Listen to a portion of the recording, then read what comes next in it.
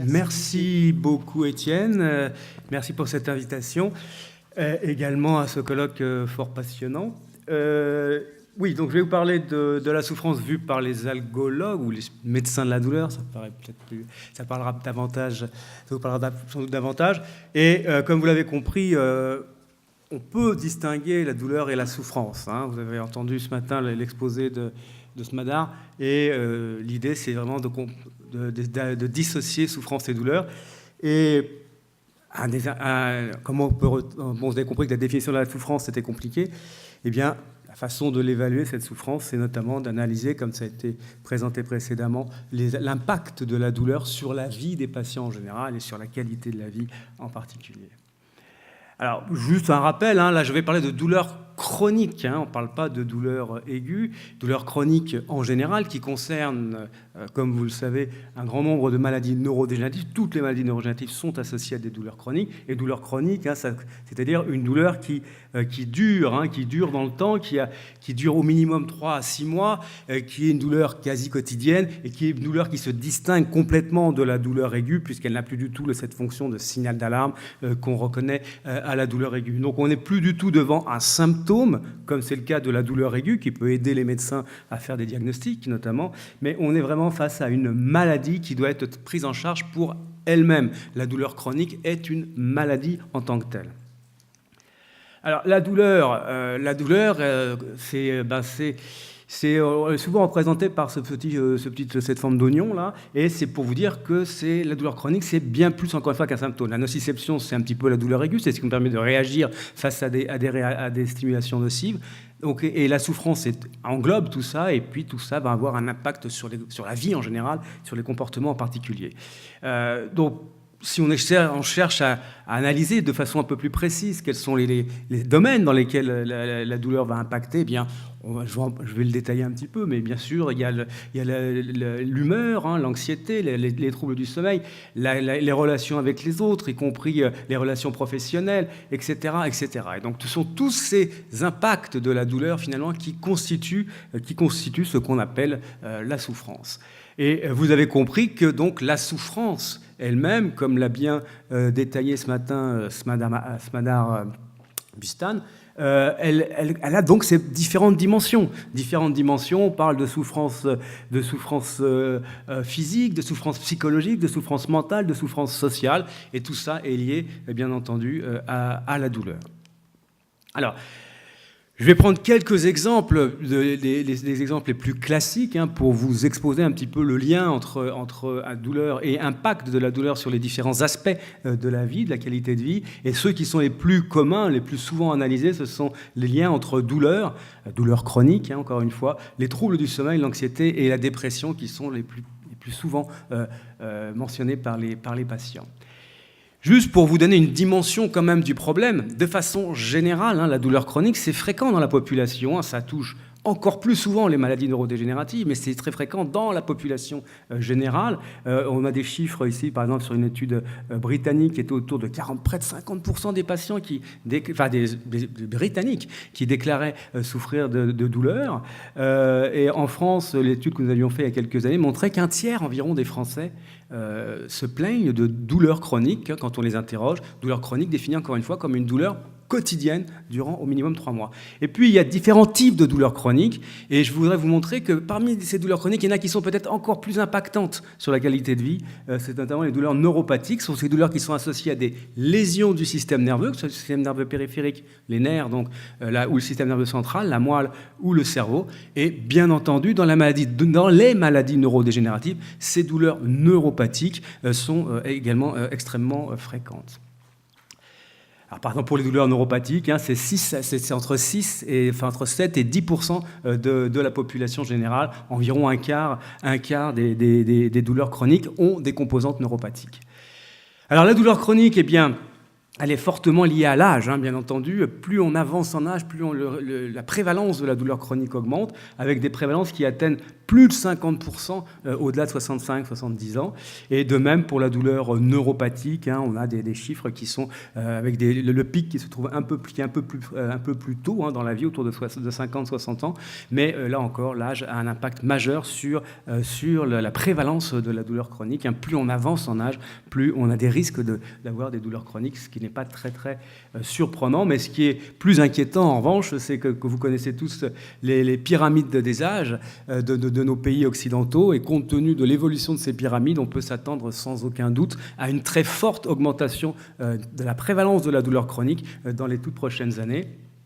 En France notamment, mais dans tous les autres pays occidentaux. Alors, la qualité de vie et la douleur chronique, bien entendu, la douleur chronique impacte la qualité de vie. Et donc, ça a été mesuré dans de nombreuses études, et notamment dans cette grosse enquête que nous avions menée en France il y a quelques années. Et quand on analyse l'impact sur la qualité de vie au moyen des outils, hein, dont a parlé Christine, notamment des questionnaires, hein, qui sont classiquement utilisés, eh bien, on voit que la qualité de vie des patients douloureux, des sujets, des Français qui rapportent des douleurs chroniques, eh bien, elle est très altérée dans tous les domaines. Malheureusement, il manque les légendes, je ne sais pas pour quelle raison, mais c'est tous les domaines dont a parlé Christine, à savoir les relations avec les autres, le travail, etc. Et ce qui est intéressant, c'est que toutes les douleurs chroniques ne se valent pas, puisque les douleurs chroniques, quand elles ont une composante neuropathique, elles ont encore un impact plus fort sur la qualité de vie. C'est ici représenté en bleu par rapport aux douleurs chroniques qui n'ont pas ces caractéristiques neuropathiques. Et la douleur chronique neuropathique, elle est d'autant plus impactante sur la qualité de vie que le nombre de symptômes neuropathiques est important. C'est la même chose pour l'anxiété et la dépression. L'anxiété et la dépression, comme je dis, sont des facteurs associés à la douleur qui sont extrêmement fréquents.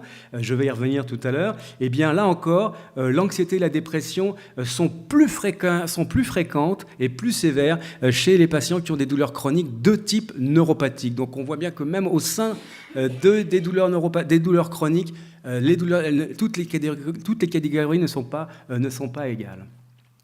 Et là encore, il y a une relation directe avec le nombre de symptômes neuropathiques. Et finalement, le troisième grand facteur d'impact de la douleur, hein, le sommeil, hein, il ne faut jamais oublier d'interroger les patients sur la qualité de leur sommeil. Et bien là, il est très souvent altéré, hein, chez les patients qui ont des douleurs chroniques. Et là encore, l'altération, les troubles du sommeil sont plus importants lorsque la douleur chronique a des composantes neuropathiques. Donc on voit bien que finalement, les mécanismes de la douleur elle-même, hein, par exemple quand elle est neuropathique, donc c'est qu'elle va avoir des mécanismes différents de celles des autres douleurs, eh bien ces mécanismes vont conférer à la douleur un impact plus important sur certains facteurs de qualité de vie, hein, certains paramètres de qualité de vie comme l'anxiété, la dépression et le sommeil, ce qui suggère qu'il y a un lien direct entre les mécanismes physiopathologiques et ces impacts qu'on peut mesurer globalement sur les patients.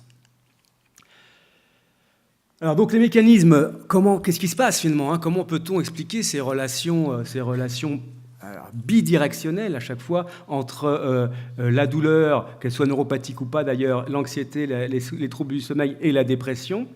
Je vais y revenir un tout petit peu et je vais ajouter un élément qui est moins souvent mentionné dans les études sur la douleur chronique, même s'il l'est très souvent dans les études sur les maladies neurodégénératives, c'est les liens entre douleur chronique et altération cognitive. Et vous allez voir que finalement, là aussi, dans ce domaine-là, on a des relations bidirectionnelles entre douleur et fonction cognitive, ce qui n'était pas complètement évident il y a quelques années. Alors, les troubles du sommeil et la douleur. Je commence par là, puisque c'est finalement presque les plus fréquents. C'est 50% au moins des patients qui ont des douleurs chroniques qui vont se plaindre d'altération du sommeil. Et on a montré, alors, en termes de mécanismes, hein, qu'effectivement, si on faisait des déprivations de sommeil de façon expérimentale, on pouvait créer chez des individus, chez des volontaires en général, des situations d'hyperalgésie, donc d'augmentation de sensibilité à la douleur. Il y a les structures qui sont impliquées dans la régulation du sommeil sont aussi impliquées d'une certaine façon dans la régulation de la douleur. Donc il y a des liens neurobiologiques entre douleur et mécanisme de la douleur au niveau cérébral et mécanisme du sommeil. Bon, on n'a pas beaucoup d'études, hein, il n'y a pas beaucoup d'études de longue durée, en tout cas des études prospectives, utilisant les outils de polysonographie, par exemple, d'enregistrement du sommeil, mais néanmoins, il en existe un certain nombre qui ont permis de confirmer que chez les patients douloureux chroniques, il y a des micro-réveils réguliers au cours de la nuit, qui sont bien sûr des facteurs de perturbation majeure du sommeil, et donc qui entraînent des effets le lendemain, puisque effectivement, le sommeil n'a plus ce caractère réparateur.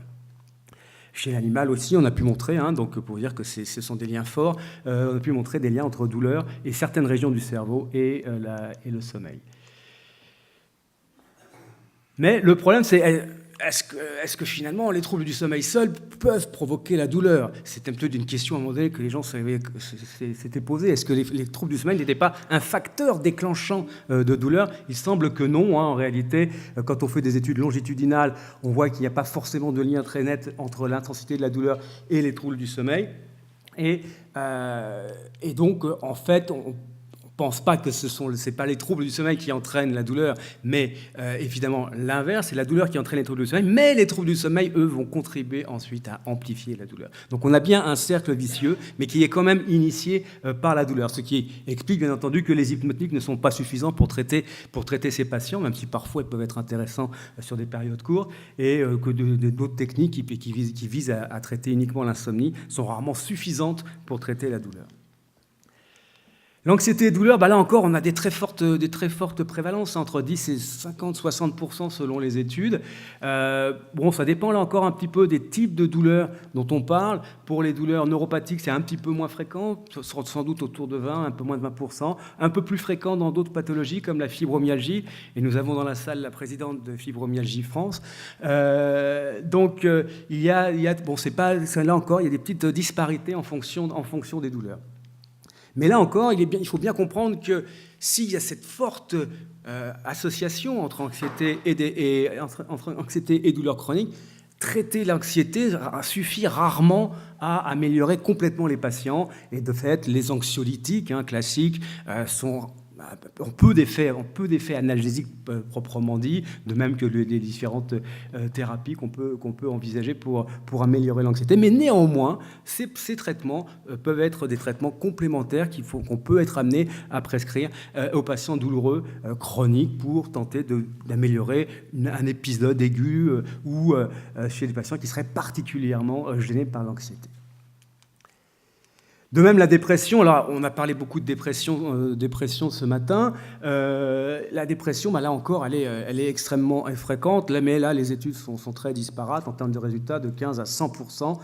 Le plus souvent, ce sont les douleurs musculo-squelettiques qui sont associées qui sont dites comme étant associées à davantage de dépression.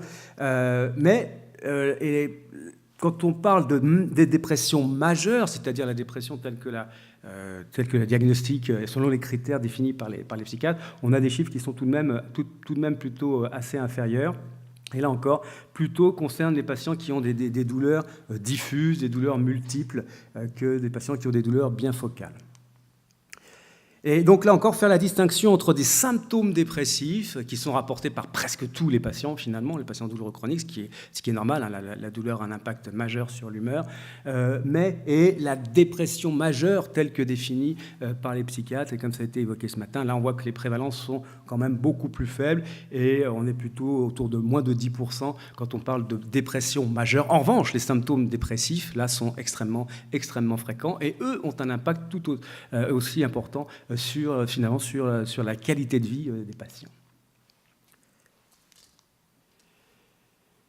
Donc encore une fois, quand on parle de dépression et de douleur chronique, chez les patients que nous prenons en charge, le plus souvent, on peut considérer que la dépression est plutôt une conséquence qu'une cause de la douleur. Il y a eu beaucoup de discussions sur la douleur chronique comme étant finalement une dépression masquée. Il y a eu beaucoup de discussions à ce sujet, beaucoup de débats. Il semble bien, d'après toutes les données dont on dispose aujourd'hui, et les patients qu'on voit tous les jours dans les centres de traitement et d'évaluation de la douleur, eh bien que effectivement, il y a une très forte association entre les deux, mais que c'est plutôt la douleur qui cause la dépression, donc c'est une dépression finalement un peu réactionnelle, si vous voulez, que plutôt l'inverse, que la dépression qui finalement déclencherait la douleur, ou que la douleur serait une forme de dépression masquée.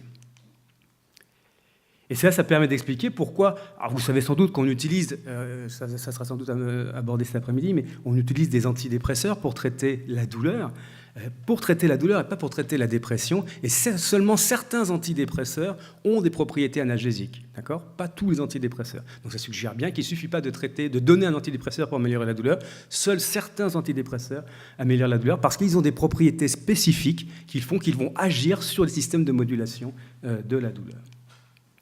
Je terminerai en mentionnant un autre aspect qui est moins souvent abordé, c'est le problème des relations entre douleur chronique et troubles cognitifs. Alors, il a quand même été montré il y a plusieurs années, et il y a pas mal d'études qui vont dans ce sens, que les patients qui ont des douleurs chroniques, d'autant plus quand il s'agit de douleurs très chroniques, donc une durée très ancienne, eh bien, on va retrouver un certain nombre de troubles de fonctions cognitives, que ce soit l'attention, la mémoire, les fonctions exécutives, etc. Alors après, en termes de mécanismes, il y a eu beaucoup de discussions sur les mécanismes possibles entre les liens entre douleur chronique et atteinte cognitive. Je ne vais pas rentrer dans le détail, il est tard, vous avez faim et moi aussi. Il y a plein de régions cérébrales qui sont communes aux fonctions cognitives et à la régulation de la douleur. Donc on peut facilement comprendre ou envisager, avoir des hypothèses concernant les mécanismes potentiels pour faire des liens entre fonctions cognitives et douleur. Et il a même été montré, par exemple dans ce travail il y a quelques années, mais c'était confirmé depuis dans beaucoup d'autres travaux, que chez les patients qui ont des douleurs chroniques, eh bien, il y a des altérations structurelles de certaines régions du cerveau, comme les régions préfrontales, qui sont impliquées dans les fonctions cognitives, notamment, bien sûr. Et donc, la question, c'est de savoir si ces altérations donc, de type vraiment anatomique, qui étaient liées à la douleur, si elles étaient plutôt des causes ou des conséquences de la douleur. Le débat n'est pas encore clos à ce sujet, mais on sait qu'il y a des altérations du cerveau lui-même chez les patients qui ont des douleurs chroniques, quelle que soit la cause de la douleur chronique. Donc la question qui se posait, que nous nous sommes posés récemment, c'était, si on savait que la douleur chronique pouvait être un facteur d'altération ou de dégradation des fonctions cognitives, de certaines fonctions cognitives, même si on ne va pas jusqu'à la démence dans ces cas-là, la question de poser, est-ce que les altérations cognitives elles-mêmes pouvaient être un facteur prédicteur, un facteur de risque de développement de douleur. Et donc nous avons essayé d'analyser d'essayer de répondre à cette question dans un cas de figure particulier, mais parce qu'il fallait trouver un contexte expérimental, clinique en l'occurrence, qui nous permette de répondre à cette question. On a pris des patients qui devaient être opérés d'une intervention, de deux types d'interventions, soit des prothèses totales du genou, soit une chirurgie du sein pour cancer. Donc il s'agit de patients qui, soit avant l'intervention, n'avaient pas du tout de douleur chronique, comme par exemple la plupart des patients qui étaient opérés du cancer du sein n'avaient pas de douleur avant l'intervention. Ce n'était pas le cas pour les patients qui avaient de l'arthrose, qui en général sont opérés à cause de la douleur. Et on a suivi ces patientes après l'intervention pour vérifier celles qui allaient développer des douleurs. Et on sait que 20 à 30% des patients après opérés peuvent garder des douleurs chroniques. Et pour essayer d'identifier quels étaient les facteurs de risque de développement de ces douleurs chroniques, on a fait passer une batterie de tests à la fois comprenant des aspects psychologiques pour tester l'anxiété, la dépression, etc., mais aussi des tests qui mesurent certaines fonctions cognitives, comme le Trail Making Test ou la figure de Ray, qui est une figure complète que je vais vous montrer dans un instant. Voilà les tests en question, qui sont des tests ultra classiques qui ont été développés il y a plus de 50 ans pour chacun d'entre eux. Et qui, par exemple, le Trail Making Test consiste simplement à relier les chiffres entre 1 et 2, 1, 2, 3, etc., ou de façon un peu plus compliquée, comme ici, 1 à des chiffres à des lettres, 1 A, puis 2 B, 3 C, etc. Et ces tests-là, et puis l'autre test, la figure de Ray, vise à reproduire cette figure, soit en la copiant, soit directement en la copiant, soit en rappel différé, c'est-à-dire en essayant de se la rappeler une fois qu'on l'a vu quelques minutes. Et ces tests-là sont très intéressants, sont très très classiques. Ils permettent de mesurer un grand nombre de fonctions cognitives. Et une d'entre elles, qui paraît la plus pertinente, c'est finalement ça recouvre ce qu'on appelle la flexibilité mentale. Et on a trouvé que ces deux tests-là, ce qu'on appelle donc le Trail Making Test, donc le petit test pour relier les points entre eux, et l'autre, étaient des facteurs prédicteurs autant que l'anxiété ou la dépression, qu'on savait être des facteurs prédicteurs de développement de douleurs chroniques, mais ces facteurs-là, cognitifs, indépendamment de l'anxiété ou de la dépression, peuvent eux aussi être un facteur de risque de douleur chronique. Et ça permet de comprendre pourquoi dans les syndromes, dans les maladies neurodégénératives, là, on retrouve une augmentation de fréquence de la douleur chronique, peut-être par le biais de cette diminution de la flexibilité mentale qu'on a mis ici en évidence par ces tests. On a même mis une relation entre certaines altérations et le risque de développement, plus particulièrement de douleurs neuropathiques, mais je ne vais pas insister ici. Donc voilà, on a mis en évidence cette relation bidirectionnelle entre douleur chronique et altération cognitive qui n'avait jamais été finalement analysée dans ces termes. Alors quels sont les mécanismes, On n'a pas le temps de trop rentrer dans le détail, mais on peut penser que la diminution de la flexibilité cognitive, donc cette capacité à s'adapter à des situations nouvelles, finalement, entraînerait une modification de la capacité à faire face à la douleur. C'est ce qu'on appelle le coping, qui est quelque chose de très important pour notre façon de gérer la douleur. Et donc cette diminution de la flexibilité mentale entraînerait une diminution de capacité à faire face qui augmenterait le stress, la vulnérabilité et donc la douleur chronique. Ça, c'est une des hypothèses. L'autre hypothèse, c'est qu'il pourrait y avoir des altérations fonctionnelles, mais surtout structurelles au niveau cérébral qui pourraient favoriser cette diminution de la flexibilité mentale. Mais qui pourrait aussi jouer sur les systèmes de modulation de la douleur. On a tous dans le cerveau des systèmes qui contrôlent et qui modulent la douleur. Dans ces cas-là, ils pourraient être altérés et contribuer eux aussi à l'augmentation du risque de développer des douleurs chroniques. Donc on voit qu'il y a des liens forts entre fonction cognitive et douleurs chroniques. Donc mes conclusions seront que anxiété, dépression, troubles du sommeil, altérations cognitives sont fréquemment associées à la douleur chronique, vous l'avez vu. Ces comorbidités, si on peut appeler ça comme ça, augmentent considérablement. Ce sont vraiment des facteurs d'altération de la qualité de vie et donc de souffrance. Donc le traitement de la douleur seul est rarement suffisant, donc il faut prendre en compte tous ces aspects-là quand on prend en charge un patient douloureux chronique. Le traitement de la douleur seul est rarement suffisant, donc il faut traiter l'impact de la douleur sur la vie également. Donc on traite également finalement la souffrance, et dans ce cadre, les traitements pharmacologiques sont rarement suffisants. On les utilise bien entendu, mais on doit les combiner, les associer à d'autres types de prise en charge qui seront abordés, j'imagine, cet après-midi. Je vous remercie de votre attention.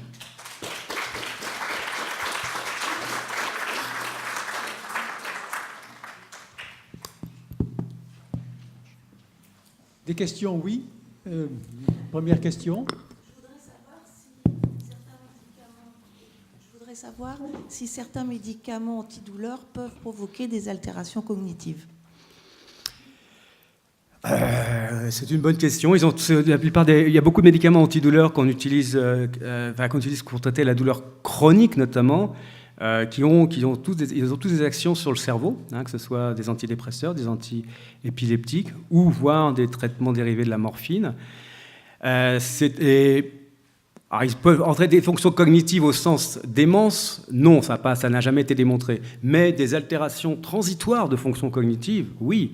On peut avoir des diminutions d'attention, on peut avoir des diminutions de capacité de concentration, etc., liées à la prise de médicaments, et ça c'est clair. Et c'est pour ça qu'il faut toujours ajuster au mieux la dose pour éviter ces altérations, et qui sont un des facteurs majeurs d'arrêt des traitements, bien entendu. Alors, on va prendre deux questions, et puis on s'arrête, parce que sinon, on ne pourra pas manger du tout. Alors, Louis. Merci, Michel. Et merci, Didier, surtout pour cette overview. Très rapidement, pour rebondir sur la question d'avant, le patient douloureux chronique typique, plutôt non neuropathique, lombalgie chronique, qui a une qualité de vie diminuée, une activité mentale et cognitive qui se rétrécit avec des heures devant la télévision, parfois avec une activité interne petite, et qui est en plus soumis à des opioïdes et d'autres médicaments. Tu ne penses pas que les lobes frontaux doivent en pâtir et que cette diminution volumétrique que tu nous as montrée et que d'autres auteurs ont cherché pourrait être simplement la conséquence de ce changement massif Oui, de oui, bien sûr. l'activité Non, cognitive. mais tout à fait. C'est pour ça qu'aujourd'hui, on ne connaît pas les mécanismes des liens qui existent entre ces altérations structurelles, anatomiques, qui ont été mises en évidence chez les patients douloureux chroniques et la douleur. Donc, il y a cette association, cette corrélation, en quelque sorte, mais les mécanismes ne sont pas connus. Ce que tu viens de dire est tout à fait plausible. Il est tout à fait envisageable que ce soit tous les facteurs que tu as mentionnés qui participent à ces altérations anatomiques, structurelles du cerveau. Mais ce qui est intéressant quand même et rassurant, c'est qu'il y a des études récentes qui montrent que toutes ces altérations sont réversibles. Heureusement, ça veut dire qu'on n'a pas une destruction complète des neurones finalement chez ces patients et que quand on améliore la douleur, quand on améliore l'état général des patients, ces altérations, enfin ces modifications s'améliorent également. La question que je voudrais vous poser, c'est la question qui est relative au changement de personnalité relatif dû à la chronicité de la douleur. J'ai une question parce que je voudrais traverser les 3 derniers exposés et elle est inspirée surtout par l'exposé d'Émilie Ollier qui parle d'aliénation, naturellement, qui va jusqu'au suicide. Il semblerait que la modification de la personnalité soit la résultante d'une personnalité prémorbide et donc qui est sûrement structurée par des conditions sociales d'existence où la structuration de la vie préfigure naturellement la sensibilité à la douleur. Le planisphère qui a été représenté nous donne effectivement que dans les conditions modernes de production, ou bien dans les conditions arriérées de la domination, des dominations archaïques, particulièrement la question, s'il vous plaît. La souffrance. La question est la suivante. Est-ce que vous intégrez dans l'évaluation, dans l'algologie, la sensibilité aussi à la douleur, les structures d'existence antérieures qui ont pu préfigurer cette sensibilisation à la douleur dans un contexte pathologique? Merci. Oui, bien sûr. Enfin, tout ce que vous avez dit est vrai. Et évidemment, la sensibilité à la douleur est liée à l'expérience du sujet, même à ses conditions de vie et à ses expériences antérieures, que ce soit des expériences pathologiques ou non d'ailleurs. Et donc ça a bien été montré, on le sait. Il y a beaucoup d'études qui montrent l'impact des antécédents, même parfois très lointains, très anciens, sur l'expression de la douleur. Ça c'est assez clair. Il y a peu de doute là-dessus. Et en termes de mécanismes, là encore, on pense qu'il y a vraiment des modifications cérébrales qui sont liées à ces expériences antérieures. Et même chez l'animal, on a pu montrer, il y a des études qui montrent l'impact d'expériences antérieures sur une douleur ultérieure. Dernière question. Oui, merci. Bonjour, je ne sais pas si vous êtes la bonne personne à qui poser la question, mais j'aimerais savoir si vous avez étudié ou si d'autres ont étudié l'apport du cannabis sur la douleur. Et j'aimerais savoir où on en est. Je vais répondre à la question qui est une question qui est très très souvent posée. Et nous organisons régulièrement des débats à la CFETD sur faut-il ou non prescrire du cannabis. On en a encore fait un il y a quelques mois. C'est une question très pertinente. C'est pas du tout une question impromptue. C'est une question qu'on se pose tous. Et qui a des éléments de réponse. Il y a beaucoup d'études qui ont été faites concernant les effets potentiels du cannabis sur la douleur. Alors, quand on dit cannabis, on parle plutôt de cannabinoïdes, parce qu'il y a le cannabis fumé, on va dire, et puis toutes les études qui sont faites aussi à partir de dérivés synthétiques du cannabis, qu'on appelle les cannabinoïdes. Donc il y a toutes les raisons de penser que ces cannabinoïdes ont une action sur la douleur, parce que quand on regarde les récepteurs aux cannabinoïdes dans le cerveau, il y en a partout, et il y en a notamment dans les endroits qui régulent la douleur. Donc sur le plan rationnel, scientifique, ça peut marcher. Mais ce n'est pas parce qu'il y a des récepteurs que ça marche forcément. Et donc toutes les études qui ont été faites sont un petit peu contradictoires. Néanmoins, il y a quand même un grand nombre d'études qui suggèrent un intérêt du cannabis plus que des cannabinoïdes. Parce que quand on fume du cannabis, on fume à peu près 150 à 300 substances. D'accord ? Et les cannabinoïdes, on n'en isole que 2. Donc il semblerait que ça marche. Et des études qui sont positives. Il y en a pas mal d'études qui sont positives. À tel point que dans beaucoup de pays, comme vous le savez, c'est autorisé. C'est autorisé pour un usage médical dans beaucoup de pays et même en vente libre dans d'autres pays. Et donc, voilà. Et ces pays-là ne sont pas tous des pays délinquants qui prônent le trafic de drogue, etc. Et donc, des pays comme le Canada, hein, c'est pas les pires sur la planète, et ils viennent encore d'autoriser l'utilisation générale, hein, récréative du cannabis, après l'avoir utilisé sur le plan médical pendant longtemps. Et comme vous le savez, au moins 50, enfin pas 50, mais une trentaine d'États américains l'autorisent également. En Europe, ce n'est pas le cas. Il y a quelques pays européens qui l'autorisent. En France, la réponse est claire, non, on ne peut pas l'utiliser, on ne peut pas le prescrire. Toute utilisation du cannabis est pour l'instant illégale. D'accord, vous le savez. Donc voilà, pour l'instant, on ne le prescrit pas et on n'a pas le droit de le recommander à nos patients. Ça serait, voilà, on se mettrait dans l'illégalité la plus complète. Didier, j'ai participé à une étude du Sativex, donc Un dérivé cannabinoïde spécial dans la douleur, dans la sclérose en plaques, et le Sativex ne faisait pas mieux que le placebo. C'est une étude internationale qui a été publiée. Et donc, dans le contexte de la douleur de la sclérose en plaques, il faut peut-être... Mais néanmoins, le Sativex, hein, qui est un cannabinoïde synthétique qu'on prend par spray, il a quand même une autorisation. Pour la spasticité. Et pour la douleur liée à la spasticité de la sclérose en plaques. Donc il a une autorisation très, très spécifique. Mais c'est vrai que, comme je le disais, ces produits cannabinoïdes, donc, qui sont synthétiques, semblent moins efficaces, hein, que le cannabis lui-même. Alors, et quand je parle d'effets analgésiques, c'est indépendant des effets euphoriques, anti-anxiété, etc.